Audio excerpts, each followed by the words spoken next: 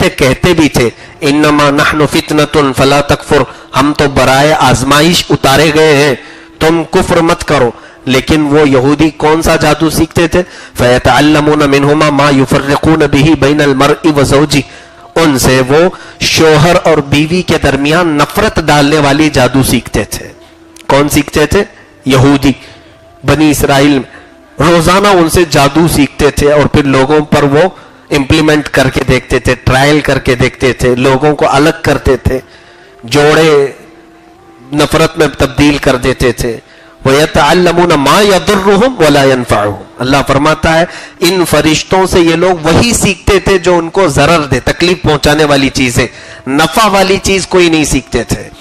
اب ضرر دینے والی، جادو ہے ہی تکلیف دینے کے لیے، جادو حلال نہیں ہے، حرام ہے.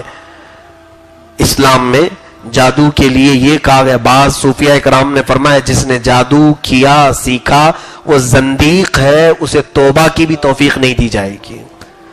اندیشہ ہے کہ کفر پر اس کی موت ہو جائے گی، اندیشہ ہے کہ وہ کافر مرے گا، جادو کے قریب بھی نہ جائے. مسلمانوں کا اس سے کیا تعلق؟ لوگ اپنی بھڑاس نکالنے کے لیے بعض جادوگروں کے پاس جاتے ہیں، جوتیشوں کے پاس جاتے ہیں، باباؤں کے پاس جاتے ہیں.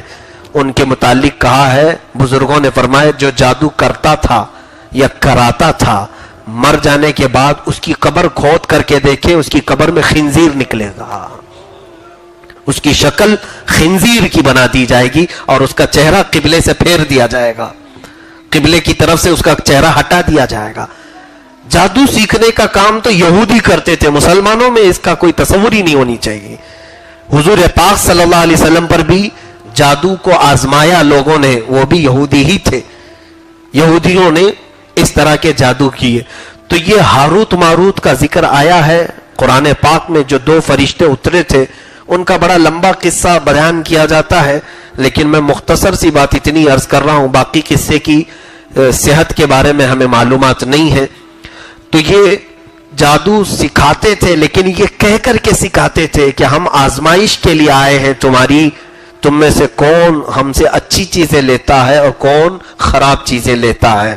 تو اس طرح سے یہودیوں نے جادو کو اتنا پھیلایا تھا کہ پھر سیدنا سلیمان علیہ السلام جب تشریف لائے تو ان کے سارے جادو کی کتابیں جمع کیا، سارے جادو جو یہ کرتے تھے، بڑا فتنہ مچا کر کے رکھا تھا انہوں نے پوری دنیا بھر میں، سب جمع کر کے انہوں نے اپنی کرسی کے نیچے دفن کر دیا. حضرت سلیمان علیہ السلام سب کرسی کے نیچے دبا دیا اور اس پر آپ بیٹھتے تھے. کس کی مجال، کس کی ہمت کہ سلیمان علیہ السلام کی کرسی کو ہلا کر کے دکھائے. کوئی قریب نہیں آتا تھا، حتیٰ کہ آپ کی وفات کے بعد بھی اس کرسی کے نیچے کیا ہے وہ کھود کر کے دیکھ نہیں سکے. اب میں آپ کو جوڑتا ہوں اس بات سے جو کرنٹ پوزیشن ہے آج یہودیوں کی. ہیکل سلیمانی، سلیمان علیہ السلام نے جو بنایا تھا، جس کو آج تھرڈ ٹیمپل کے نام سے یہ بنانے جا رہے ہیں، مسجد اقصی جہاں پر ہے بیت المقدس، ان کا کہنا یہی ہے کہ یہاں پر ہیکل سلیمانی تھا جس کے اندر سلیمان علیہ السلام نے جادو کی ساری کتابیں دفن کی تھی. جانتے ہیں اس وقت اسرائیل کئی فٹ نیچے وہ لوگ کھدائی کر رہے ہیں، مسجد اقصی کے آس پاس سب کھدائی کر چکے ہیں اور انڈر گراؤنڈ کھود رہے اور دنیا کو کیا بتا رہے ہیں؟ ہم پرانے آثار ڈھونڈ رہے ہیں، پرانے آثار ہم دیکھ رہے ہیں کہ پہلے کی قومیں یہاں پر آباد تھیں تو ان کی کچھ چیزیں مل جائیں. جھوٹ ہے، میں آپ کو بتاؤں یہ جادو کی وہ کتابیں ڈھونڈ رہے ہیں جو سلیمان علیہ السلام نے لے کر اپنی کرسی کے نیچے دفن کیا تھا. پھر بھی بچا کر کے جو جادو ان کے ہاتھوں لگا، اس کی بھی اتنی موٹی کتاب ہے آج یہودیوں کے پاس جس کا نام کبالہ ہے. سرچ کر کے دیکھنا آپ، یہ مقدس کتاب یہودیوں کے ہاں. ہم جیسے قرآن عظیم کو مقدس مانتے ہیں، یہ اپنے اعتبار سے کئی چیزوں کو مقدس مانتے ہیں. تلمود ہے، اولڈ ٹیسٹمنٹ ہے، نیو ٹیسٹمنٹ ہے، تورات، انجیل، زبور، یہ تمام چیزوں کے ساتھ ساتھ ایک کتاب ہے کبالہ جس میں صرف اور صرف جادو ہی لکھا گیا ہے، جادو کی تمام تعلیمات. پوری دنیا بھر میں یہ جادو پر ایکسپیریمنٹ کرتے رہتے ہیں، یعنی تجربات کرتے رہتے ہیں یہودی. تو جادو ان کے ہاں مقدس ہے، حتیٰ کہ آپ نے سنا ہوگا ہیپناٹزم، سامنے والے کو مسحور کر دینا، آنکھوں میں آنکھیں ڈال کر کے اس کو سن کر دینا اور پھر جو ڈائریکشن دے اس پر وہ چلتا پھرتا ہے، ہیپناٹزم. یہ بھی سب جادو کے عملیات میں سے ہے. یہ ساری چیزیں یہودیوں نے آج پوری دنیا میں، اس سے قبل بھی میں نے بتایا تھا کہ ایک دو نہیں، ہمارے بزرگوں نے، بعض بزرگوں نے یہاں تک بھی فرمایا ہے کینسر کوئی بیماری نہیں، یہ بھی ان کا چھوڑا ہوا جادو ہے. جادو کے طریقے سے ان لوگوں نے کئی بیماریاں بھی ڈالی ہیں لوگوں کے اندر. ہمارا تو عقیدہ ہے بیماری اللہ کی طرف سے آتی ہے، لیکن فساد مچانے کا کام یہ کرتے ہیں. کئی بیماریوں کو بھی انہوں نے نئے انداز سے لوگوں کے درمیان چھوڑا ہے جادو کے ذریعے سے. کارٹون نیٹ ورک میں پورا کا پورا جادو ان لوگوں نے چھوڑ رکھا ہے. جو بچے جادو کا یہ کارٹون دیکھتے ہیں ان کا ذہن ایسے مسحور کر دیا جاتا ہے کہ وہ اسی میں مگن ہو کر رہ جاتے ہیں.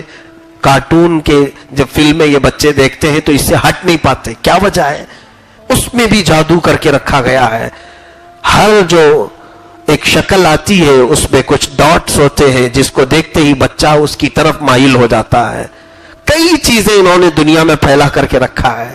اس لیے اللہ رب العزت نے 2 سورتیں اتاری ہیں، قل اعوذ برب الفلق، قل اعوذ برب الناس. یہ دونوں سورے انہی شیطانوں سے بچنے کے لیے ہے. جادو، سحر، نظر بد، حسد، ان تمام چیزوں سے بچنے کے لیے. تو آج کی اس تفسیر میں یہ تنبیہ کرتا جاؤں گا، ہر دن ہر گھر میں بچہ ہو، جوان ہو، بوڑھا ہو، عورتیں ہو، مائیں ہو، بہنیں ہو، سارے لوگ فجر میں سورہ فلق قل اعوذ برب الفلق اور سورہ ناس قل اعوذ برب الناس 3 مرتبہ پڑھ کر اپنے دونوں ہتھیلیوں پر دم کرے اور اپنے چہرے پر اور اپنے بدن پر جہاں تک ہاتھ جائے مل لے. انشاءاللہ العزیز وہ دن پورا مولا ان کے جادو سے تمہاری حفاظت فرمائے گا. اللہ رب کریم سورہ بقرہ میں موجود سارے مضامین کو ہمیں سمجھنے کی توفیق عطا فرمائے، اس پر ہمیں عمل کی بھی توفیق عطا فرمائے. رب ذوالجلال قرآن عظیم کو سہولت کے ساتھ آسانی سے پڑھنے کی توفیق عطا فرمائے. وآخر دعوانا ان الحمدللہ رب العالمین.